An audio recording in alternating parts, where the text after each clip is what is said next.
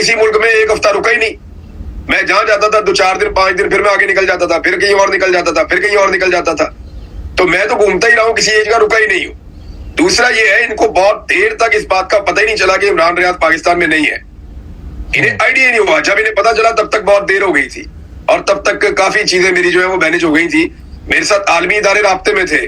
और आपको मैं ये बता देता हूं कि 3 मुल्कों को यूनाइटेड नेशन जो वहां पे मौजूद है, उनके दफ्तर, वो वहां पे मैं गया हूं तो उनके साथ कोऑर्डिनेशन में था मैं।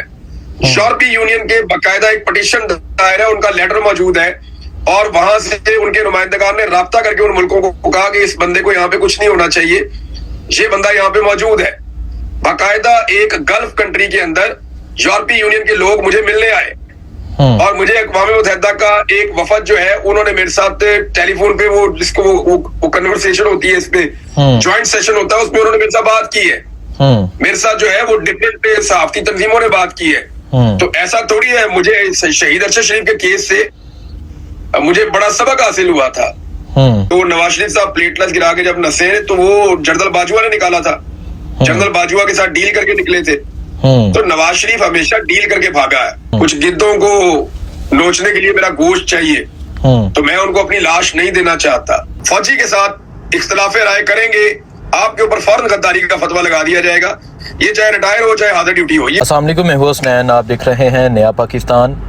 मेरे साथ आज मौजूद हैं पाकिस्तान के सीनियर सहाफ़ी इमरान रियाज खान। इमरान भाई अस्सलाम वालेकुम। वालेकुम अस्सलाम, थैंक यू हसनैन, बहुत शुक्रिया आपका। कैसे हैं आप? ठीक हैं? अल्लाह रब्बुल इज़्ज़त का शुक्र है, अल्लाह बड़ा मेहरबान है। अच्छा इमरान भाई, आपका जो पाकिस्तान से बरतानिया तक का सफ़र है, काफ़ी हद तक आपने बता दिया है, लेकिन फिर भी कुछ सवालात करने चाहेंगे इस हवाले से।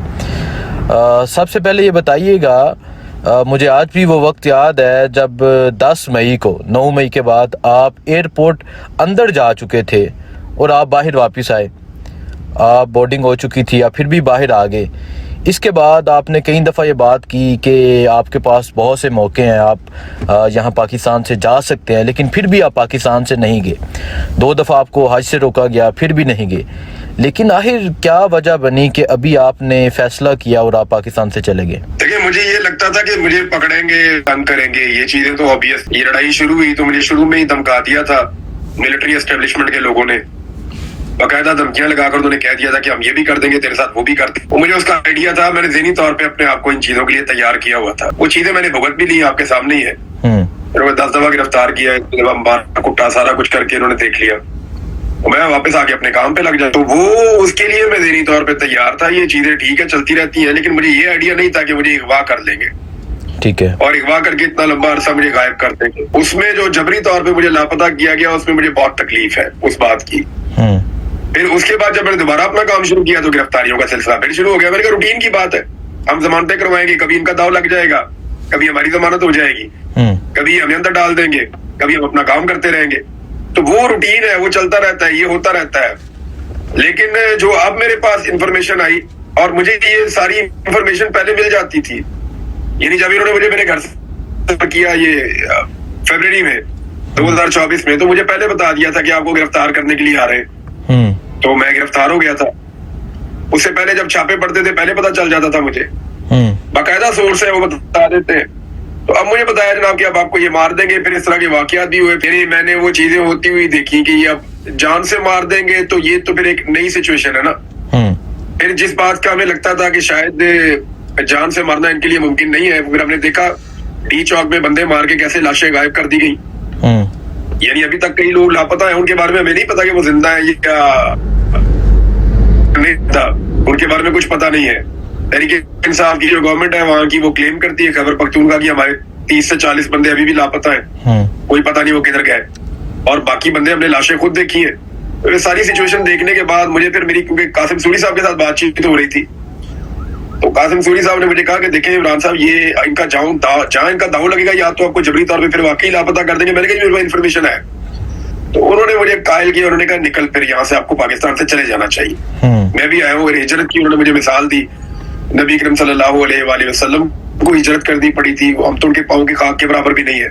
बिल्कुल। तो बड़े भारी दिल के साथ मैं पाकिस्तान से निकला, यानी मेरा बिल्कुल दिल नहीं कर रहा था। मेरे पास आज पाकिस्तान में हालात मेरे लिए बेहतर हो, या मुझे इस बात की गारंटी हो कि मुझे कत्ल नहीं किया तो मैं जाऊंगा।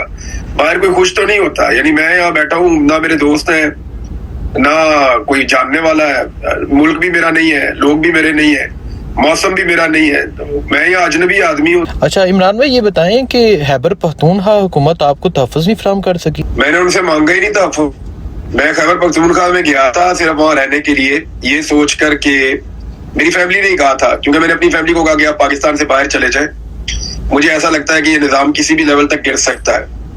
और मुझे अपने बीवी बच्चों की और माँ बाप की फिक्र थी, मुझे अपने भाइयों की भी। तो मैंने कहा मुझे तो ये जाने नहीं देंगे, आप लोग चले जाएं। वो लोग चले गए पाकिस्तान से बाहर रहना शुरू हो गए। लेकिन उन्होंने मुझे कहा कि अगर तुम गिरफ्तार होते रहोगे बार बार तो हमारे लिए प्रॉब्लम होगा, हमारे लिए बाहर रहना भी मुश्किल होगा, तो गिरफ्तारी को अवॉइड करो।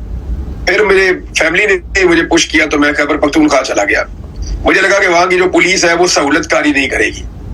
ये जो पंजाब पुलिस है ना, ये सहूलतकारी करती है। यानी ऐसा नहीं होता कि कभी आके मुझे ISI ने खुद उठा लिया हो, ऐसा कभी नहीं होता कि कोई एजेंसी आकर मुझे उठाकर ले जाए। ये पुलिस हमेशा सहूलतकारी करती। इतना जो मैं जेल से गिरफ्तार हुआ तो वो भी ऐसे ही हुआ था। तो हर जगह पे एजेंसियां खुद करती है, पुलिस सहूलतकारी करती है। तो मुझे लगा खैबर पख्तूनख्वा की पुलिस सहूलतकारी नहीं करेगी, और उन्होंने नहीं की। खैबर पख्तूनख्वा ने सहूलतकारी नहीं की। एक दो वाकयात का मुझे पता है, लेकिन वहां की जो DSB है, एक इदारा, उनका महकमा है, उनका कोई थोड़ा सा जैसे इंटेलिजेंस का होता है, उन्होंने सहूलतकारी की मेरे खिलाफ एजेंसियों के साथ मिलके। तो दूसरा, मुझे वहाँ कुछ ब्यूरोक्रेट मेरे दोस्त हैं, उन्होंने कहा कि इमरान भाई आपने हम पे भरोसा नहीं करना, हम आपको खुद पकड़ के मरवा देंगे। और फिर मैंने एहतियात करना शुरू की, और मैंने उनसे मदद मांगी भी नहीं, उनसे मैंने कोई प्रोटेक्शन मांगी भी नहीं। हालांकि अली अमीन गंडापुर ने मुझे ऑफर की थी, उनके भाई ने भी मुझे ऑफर किया था। जो बात सच है वो सच है। उन्होंने मुझे कहा था जी आप हमारे घर चले जाए, आप हमारे मेहमान हैं। मैंने कहा जी नहीं, मैं नहीं जा सकता। उन्होंने कहा जी हमारा डेरा, आप वहां पे चले जाए, आप वहां पे रहें आके, वहां भी है तो आप, खान साहब आपको शौक है तो आप वहां चले जाए।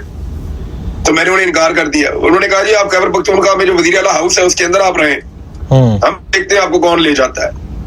तो मैंने उनसे कहा, मैंने कहा देखिए मुझे जेब नहीं देता, मुझे ये जेब नहीं देता। मैं एक जर्नलिस्ट हूँ, आप एक वजीर आला है, आपकी एक पॉलिटिकल पार्टी है, तो मैं पॉलिटिकल पार्टी से इस तरह मदद ले नहीं सकता। मुझे इमरान खान साहब ने भी एक दौर में कहा था कि आप चले जाओ इसमें खैबर पख्तूनख्वा हाउस में, इस्लामाबाद में, 2022 की बात है। ठीक है। मैंने उनको भी इनकार कर दिया था। मैंने कहा था खान साहब ये देखें, खाली लड़ाई आपकी तो नहीं है, ये पूरे पाकिस्तान की लड़ाई है, दूसरा किस किस को आप तहफ़्फ़ुज़ देंगे ऐसे।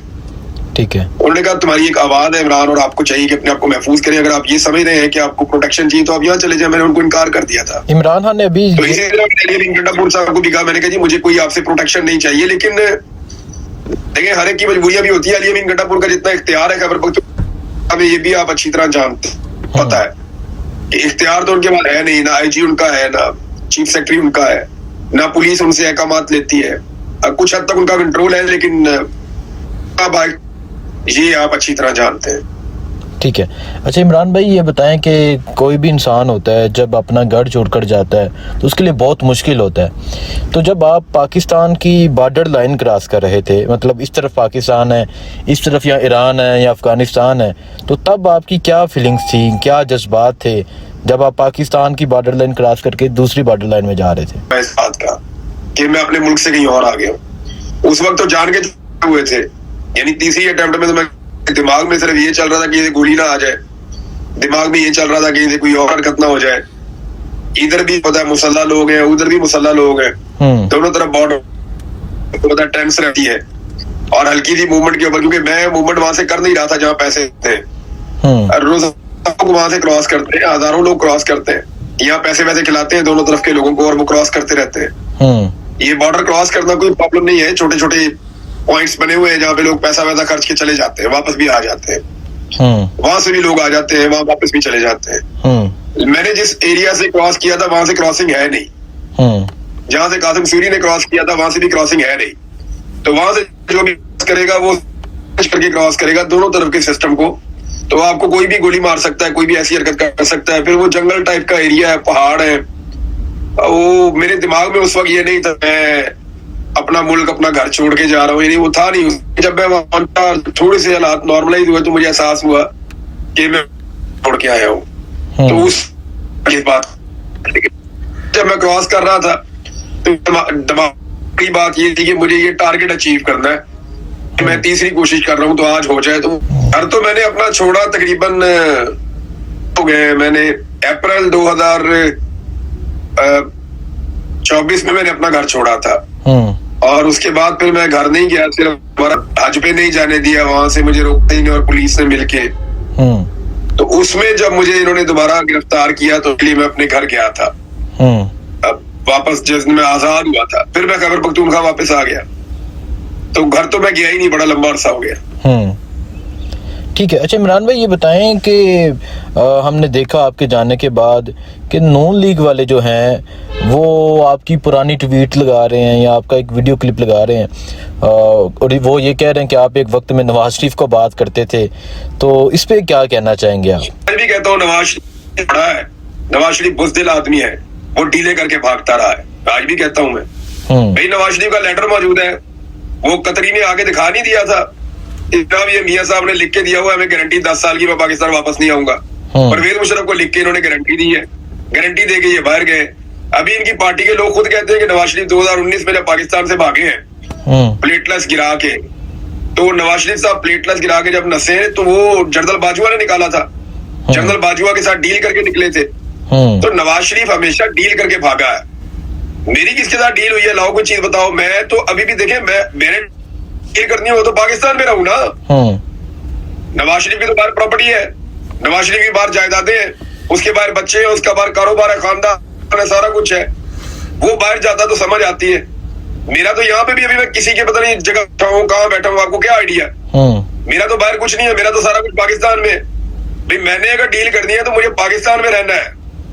मैं डील करूंगा तो पाकिस्तान में खुश होऊंगा ना, वहां रहूंगा। मेरा शिकार वहां पे, मेरे घोड़े वहां पे, मेरे बच्चे, फैमिली वहां पे आ जाएगी, मेरे दोस्त वहां पे हैं, मैं वहां खुश होता हूँ। नहीं डील करके पाकिस्तान से बाहर चला गया, ये तो बात ही समझ आने वाली नहीं है कि जरा बाहर चला गया डील करके पाकिस्तान से। मैं तो पाकिस्तान के अंदर रहना चाहूंगा अगर डील होगी तो। दूसरी बात ये है कि डील करने के बाद ये मैं ये बात करूंगा जो मैं बात कर रहा हूँ। भाई डील तो इस बात पे होती ना, सबसे बड़ा प्रॉब्लम क्या है पाकिस्तान की एस्टेब्लिशमेंट का? सबसे बड़ा प्रॉब्लम इमरान है, सबसे बड़ा प्रॉब्लम पाकिस्तान का वो ये सपोर्ट करो। तो मैं तो सपोर्ट नहीं कर रहा, ये पागलपन है। और दूसरी बात ये है कि मैंने हिजरत की है अपनी जान बचाने के लिए, क्योंकि मैं अर्शी की तरह अपनी जबान को बंद नहीं होने देना चाहता।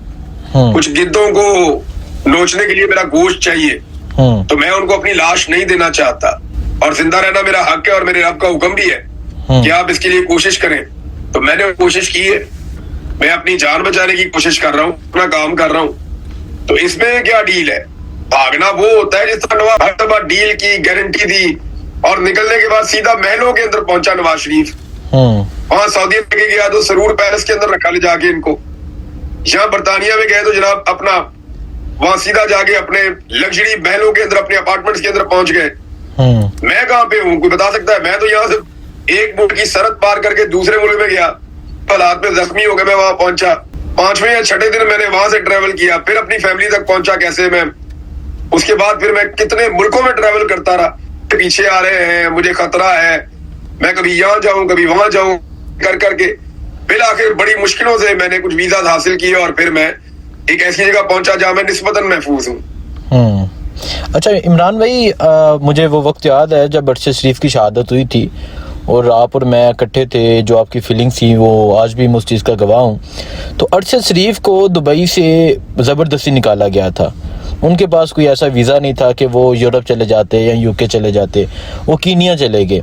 तो आप भी मुस्लिम ममालिक से होते हुए गए हैं, तो क्या वहाँ किसी ने बताया नहीं कि इमरान अयाज जा रहा है यहाँ से, या किसी ने देखा नहीं आपको, किसी ने पीछे खबर नहीं दी? ये मुखबरी होती है। अरशद शरीफ के बारे में इनको कैसे पता चला? वो से गए थे, इनको पता अरशद शरीफ मेरे बारे में तो कि इमरान अयाज पाकिस्तान में है या नहीं है। आप फर्क देखें ना, अरशद शरीफ साहब के बारे में इनको पता था कि यहाँ से फ्लाइट ली है और फ्लाइट लेकर वो चले गए दुबई। तो इन्होंने दुबई की गवर्नमेंट से राब्ता कर लिया। दुबई में 5 बंदे गए थे अरशद शरीफ को वापस लाने के लिए, लेकिन दुबई की हुकूमत ने अरशद शरीफ को इनके हवाले करने से इनकार कर दिया। इतने भी ये तुर्रम खान नहीं है कि वहां से बंदे उठाएंगे और पाकिस्तान जाएंगे, ऐसे थोड़ी होता है साफी को उठाए।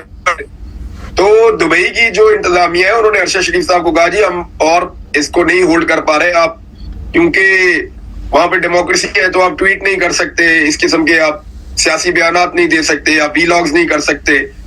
तो अरशद शरीफ साहब को उन्होंने कहा जी आप यहाँ से हमारा मुल्क छोड़ दें। तो फिर उन्होंने एक डिसीजन मेरे ख्याल में गलत हुआ, वो कीनिया चले गए, वो उसकी जगह कहीं और भी जा सकते थे। तो मैं किसी मुल्क में एक हफ्ता रुका ही नहीं, मैं जहां जाता था 2-4 दिन 5 दिन, फिर मैं आगे निकल जाता था, फिर कहीं और निकल जाता था, फिर कहीं और निकल जाता था। तो मैं तो घूमता ही रहा हूं, किसी एक जगह रुका ही नहीं हूं। दूसरा ये है, इनको बहुत देर तक इस बात का पता ही नहीं चला कि इमरान रियाज पाकिस्तान में नहीं है। इन्हें आइडिया नहीं हुआ, जब इन्हें पता चला तब तक बहुत देर हो गई थी, और तब तक काफी चीजें मेरी जो है वो मैनेज हो गई थी।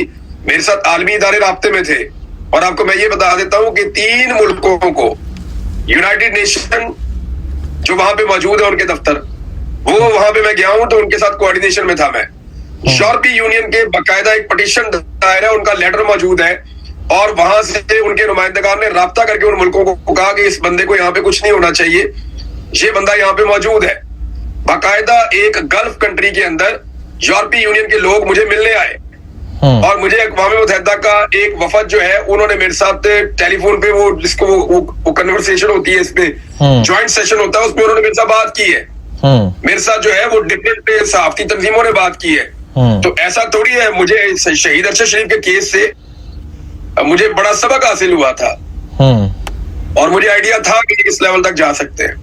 तो मैंने ना सिर्फ ये किया कि बल्कि देखे ना, एक तो दबाव इनका आएगा पाकिस्तान का कि ले आओ ये बंदा साढ़े हवाले कर दो, और दूसरा दबाव अगर आएगा यूरोप से, तो वो अरब मुल्क किसका दबाव लेगा ज्यादा? ये तो किसी खाते में नहीं है, तो सबसे पैसे मांगते हैं। तो जहाँ पे मेरी फैमिली मौजूद है, मैंने वहां पे भी बंदोबस्त किया हुआ है। मैंने अपनी फैमिली को बिला वजह नहीं भेज दिया था, मैंने बहुत सारी खतों किताबत की थी, बहुत सारी गारंटीज मैंने हासिल की थी, उसके बाद मैंने अपनी फैमिली को भेजा था, वरना ये तो मेरी फैमिली को ले जाते।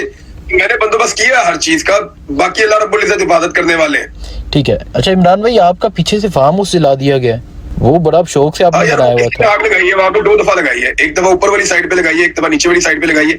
मैं ये कह नहीं सकता कि किसने लगाई है, मुझे आइडिया नहीं है।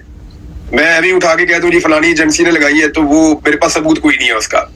हमने वो खोजी शोजी बुलाए थे, तो उन्होंने ये बताया कि ये दोनों आगे लगी हैं, ये लगाने वाले जो है वो एक ही तरह के लोग हैं, वो पैरों के निशान से वो देखते हैं, बताते हैं। तो उन्होंने बताया जी कि ये जो आग लगाई है ये एक ही ग्रुप है, एक बंदा चेंज हुआ है, लेकिन ये ऊपर भी आग उन्हीं लोगों ने लगाई है और नीचे भी उन्होंने लोगों ने लगाई।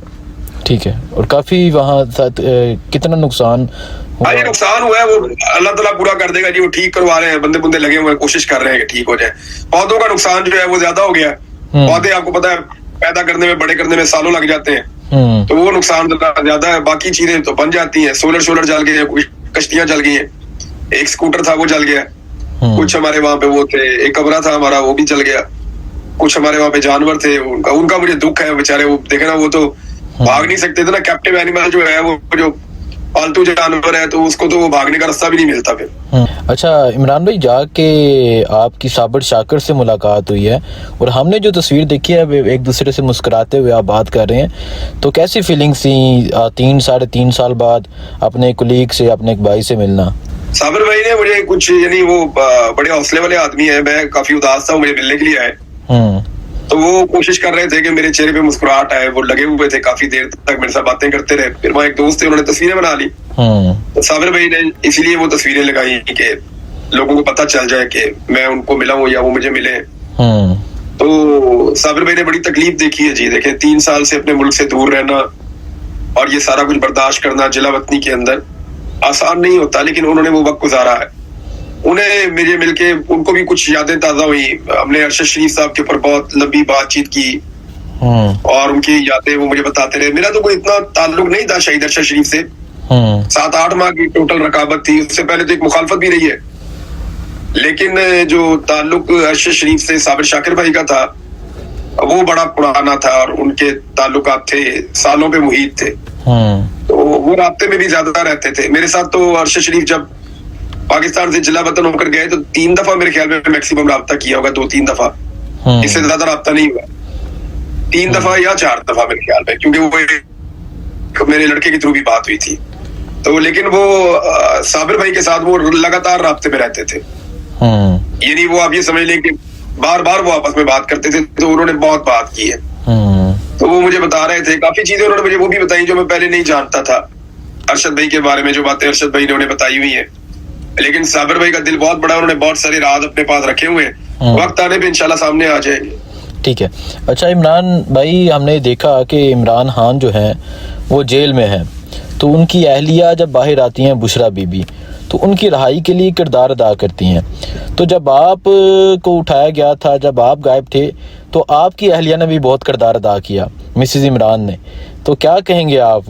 देखिए हसनैन भाई, ऑप्शन क्या होता है, ये हमारी खवातीन घरेलू खवातीन है और इनके पास क्या ऑप्शन रह जाता है। आप पाकिस्तान में रूल ऑफ लॉ तो है ही नहीं, कानून की हुक्मरानी नहीं है, लेकिन मेरी अहलिया ने मेरा बहुत साथ दिया है, मेरे माँ बाप ने बड़ा साथ दिया है, मेरे बच्चे जो हैं वो उन्होंने काफी सफर किया है।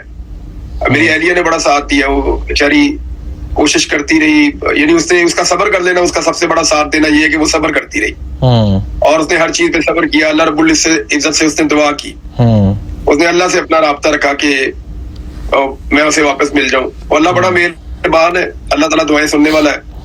ये है कि मैं यानी मैंने इन्हें खुशियों से ज्यादा तकलीफें दी हैं गुज़िश्ता 3 साल, लेकिन अल्लाह रब्बुल इज्जत से मेरी दुआ है कि ये जितनी भी कोशिश है, जितने पाकिस्तानियों ने भी की है, जो लोग इस तकलीफ से गुजरे हैं, मैं आदम स्वाति साहब को पढ़ा था, वो बता रहे थे कि हालात इन्होंने लोगों के साथ किया, ये इंसानियत सोच सलूक इन्होंने लोगों के साथ किया। अच्छा इमरान भाई, मेरे ठीक है।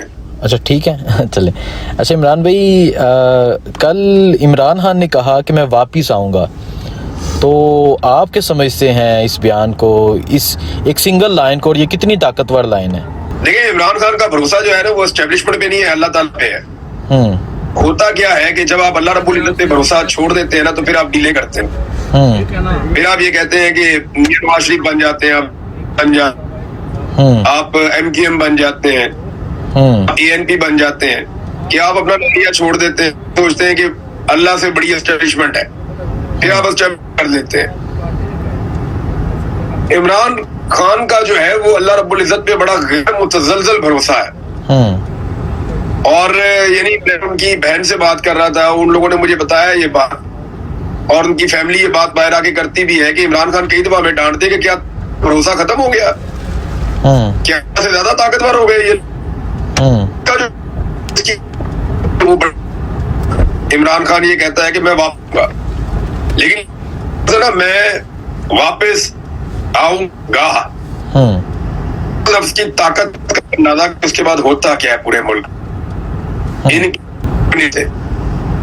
और जो कुछ भी इमरान खान के ने किया है, इमरान खान को उसका फायदा ही हुआ है अब तक। तो मुल्क में मैं हूँ, इन्होंने कम से कम अपने लोगों को सिग्नल ठीक दिए हुए हैं।